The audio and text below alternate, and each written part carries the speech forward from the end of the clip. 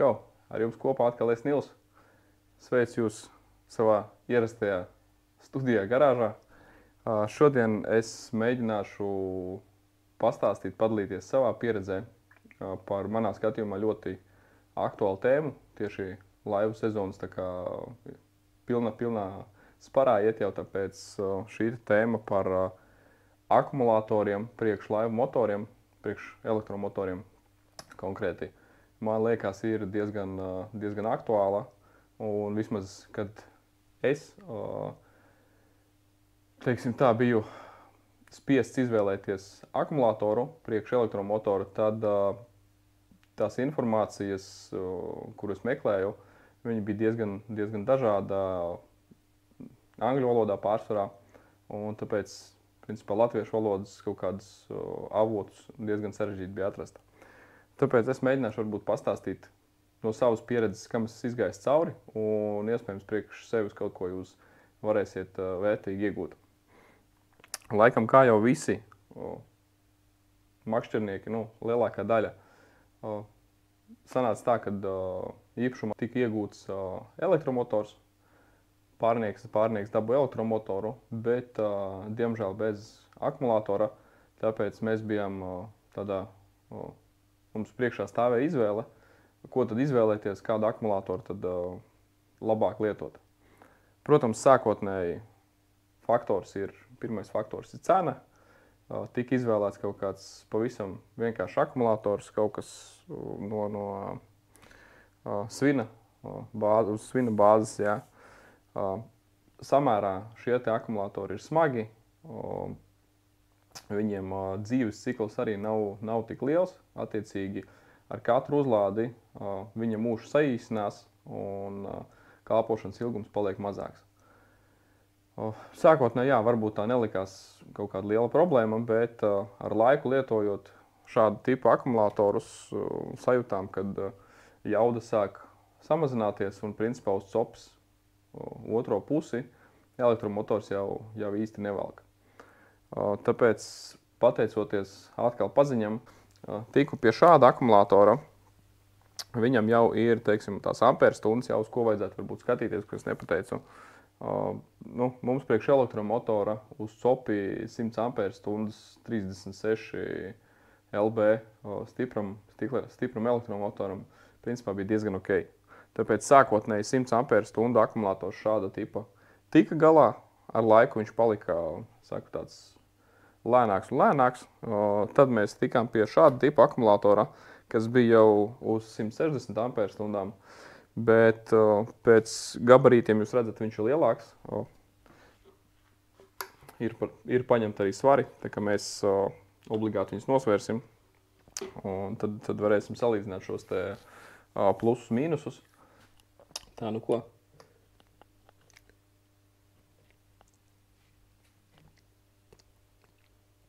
Svari mums strādā. Pirmo uzliksim šo svina akumulatoru.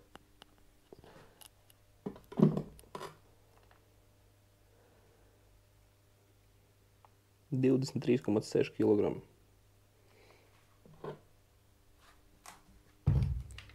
Nākam uzliksim šo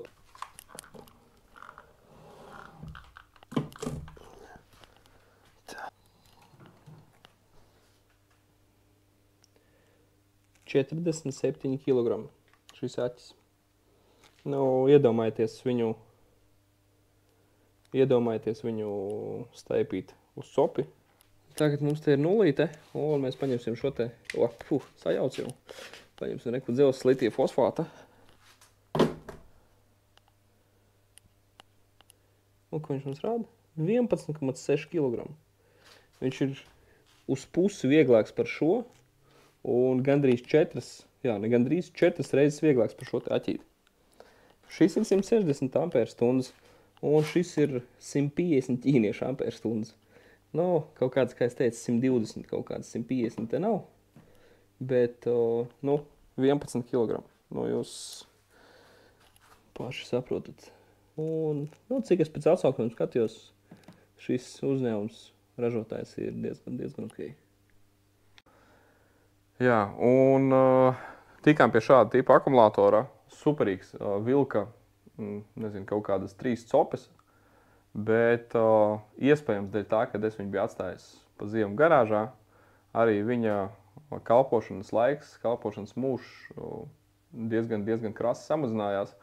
Un sanāca tā, ka palikām principā atkal ar elektromotoru bez akumulātora. Sākām meklēt, sākām domāt, kas, ko un kā. Un principā sapratu pēc atsauksmēm arī, kad būtu jāpamēģina dzelzs litija fosfāta, kā viņi parasti rakstās, LiFePO4 akumulators. Cenas ziņā viņš viennozīmīgi nebūs nedz tuvu šiem 2 akumulatoriem. Pirmais šāda tipa akumulators viņš aptuveni 140 eiro, 130 maksā. Šis ir kaut kur, jau man liekas, bija pār pa 200, 250. Tad šāda tipa akumulators ir aptuveni 400-500 eiro robežās. Es noriskēju, paņēmu šo te akumulātoru no rokām. Komplektā viņš nāca ar šādu lādētāju. Principā šo te lādētāju, es domāju, ka mēs varētu arī sarīkot kaut kādu konkursu, jo man ir vairāk lādētāji. Šis ir galīgi jauns, nav lietots, nezinu, kā viņš strādā. Šis ir priekš manu vecā akumulātora, priekš šāda tipa akumulatoriem bija. Un litija dzelzs fosfāta akumulātoram es nopirku Victron lādētāju. Tāpēc šis jaunais lādētājs, kas nāca komplektā litokala akumulātoram, man ir lieks. Un es domāju, mēs viņu varētu mēģināt kaut kāds konkurss izlozēt. Kā spiežat laiku, parakstaties, atstājiet komentāru apakšā par savu pieredzi ar akumulatoriem, kādu jūs lietojat, varbūt, nezinu, pasakat pieredzi ar dzelzs litija fosfāta vai ar šāda tipa akumulatoriem. Un arī pārējie, kas lasīs, tad varēs kaut kādu priekš sevis vērtīgu informāciju pasmelties. Bet, ja mēs turpinam par šiem te litija dzelzs fosfāta akumulatoriem, man ļoti pārsteidza viņa svars. Tas bija tā, ka šo parasti es ņēmu rokās, lai būtu tā kā atsvars priekš elektromotora. Vienā rokā elektromotors, otrā akumulators, diezgan pasmaks. Šo akumulātoru 160 amperstundu viens pats es nevarēju aizstiept, tur vai nu bija rati jāņem līdzi, vai arī divatā ar čomu, ar copas biedru mēs viņu stiepām. Viņam ir tāda rokturi, pēc tam tuvāk parādīšu, un var redzēt, ka viņi jau ir noplīsuši, tāpēc diezgan jau nolietots šis te akumulators. Tad dzelzs litija fosfāta akumulators ir, es teiktu, fantastiski viegls. Vienā rokā paņemt var akumulātoru, vēl makšķert un tai pašā rokā paņemt un mierīgi doties uz laivu un copēt. Plus vēl, protams, šiem te akumulatoriem ir krietni garāks mūžs. Attiecīgi, ja svina akumulatoriem, ja nemaldos, bija kaut kur ap 300-500 uzlādes reizēm šiem te cikliem, tad šiem te akumulatoriem ir, rakstīts ir nav, kaut kas ap 2000, negribu samoties, 2000, 3000, bet, protams, Ķīna, tad var, protams, visu izdalīt nedaudz ar kaut kādu skaitli un iegūt patieso rezultātu. Jo, par patiesiem raksturlielumiem uz akumulatoriem arī, jo kvalitīvāks ražotājs, jo šie te rādītāji būs precīzāki, godīgāki un viņiem varēs uzticēties. Teiksim, šis Yuasa akumulators ir, es teiktu, pilnībā atbilstoši šiem te parametriem norādītajiem.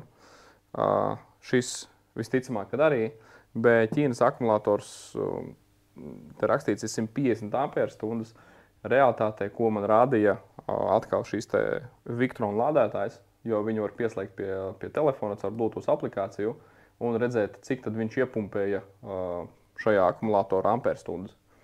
Attiecīgi, atvienojot akumulātoru, mēs varam pārliecināties, cik tad viņā ir tilpums sazīts iekšā. Tad sanāca tā, ka mēs viņu praktiski tukšu izlādējām, un tas, ko spēja lādētājs viņā sapumpēt iekšā, bija kaut kādas aptuveni 120 ampērstundas. Tāpēc šis 150 skaitlis, es teiktu, ka ir nedaudz manīgs, bet neskatoties uz to, uz 3 copas reizēm, principā šāds akumulators mums vismaz ir pilnīgi pietiekošs. Plus viņam arī salīdzinot ar šiem 2 akumulātoru tipiem ir nezīmējuši tās gudrās, nerādījuši līknes, bet braucot ar šiem akumulatoriem uz dienas beigām, kā es teicu, viņam šī jauda zūd, un, ja mēs ejam uz 5. ātrumā ar elektromotoru, mums vairs tā jauda nebūs tāda kā no paša rīta, kad viņš bija svaigi uzlādēts. Tad šiem akumulatoriem tā jauda ir praktiski līdz pašam pēdējam viņa elpas vilcienam. Attiecīgi, kamēr aķis mums dod kaut kādu enerģiju ārā, tikmēr mēs tādā 5. ātrumā varam vicot uz priekšu. Tāpēc manā skatījumā, ņemot vērā, protams, cenas faktorus, svara faktorus, es teiktu, ka pat neskatoties uz to, ka šāda tipa akumulatori ir praktiski 2 reizes dārgāki, es laikam ieteiktu padomāt, 2, 3, 4, 5, 10 reizes, ja jūs domājat par kādu akumulātoru, teiksim, izvēlēties, vai litīja dzelzs fosfāta vai kaut kādu svina akumulātoru, es laikam teiktu, ka viennozīmīgi jāņem ir litīja dzelzs fosfāta. Protams, te ir atkal atkarībā no katra individuāla, no maciņa lieluma. Ja. Uz mana lētā Ķīnas akumulātora ir pa virsu, tur varēs redzēt, var nospiest un apskatīties tāds ekrāniņš LCD, apskatīties viņa aptuveno, cik viņam ir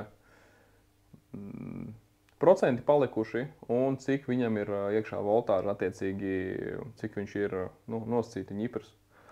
Tad tādam advancētākiem akumulatoriem mēs varam saslēgt viņus caur Bluetooth ar telefonu un skatīties, cik viņā ir tilpums iekšā, plus vēl akumulators sastāv no vairākām tādām bateriju grupām, un tad atsevišķi mēs varam katrai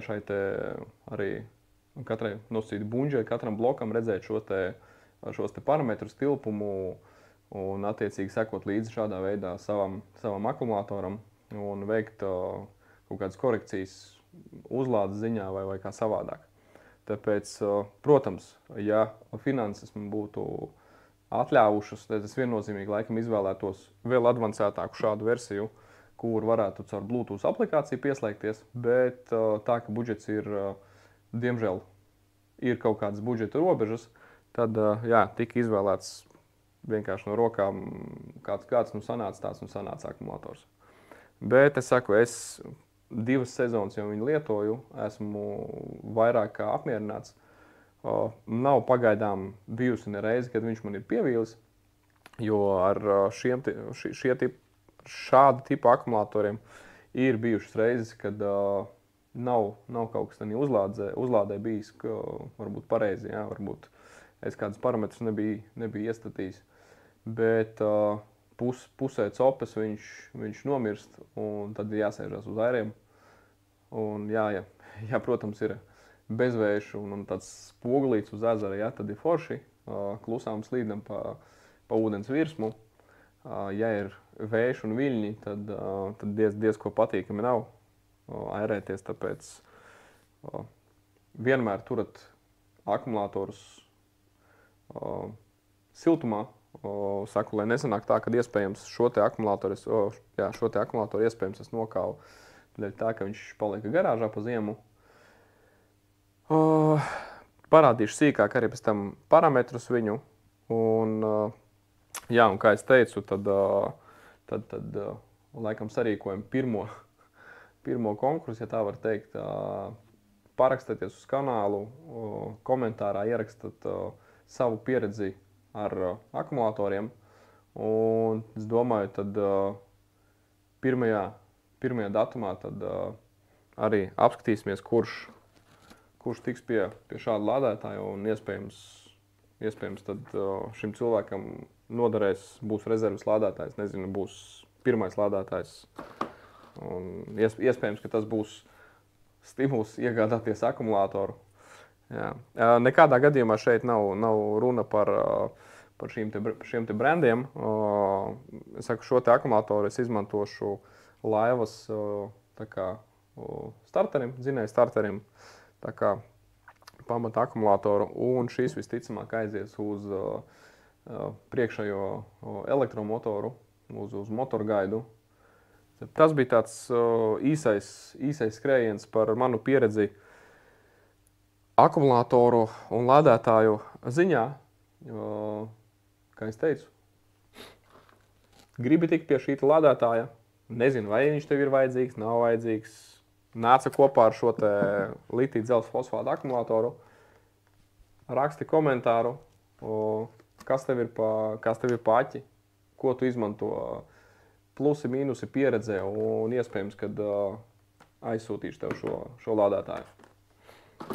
Paliekat ar manīm, parakstieties, sekojiet līdzi, tiekās nākamajā reizē.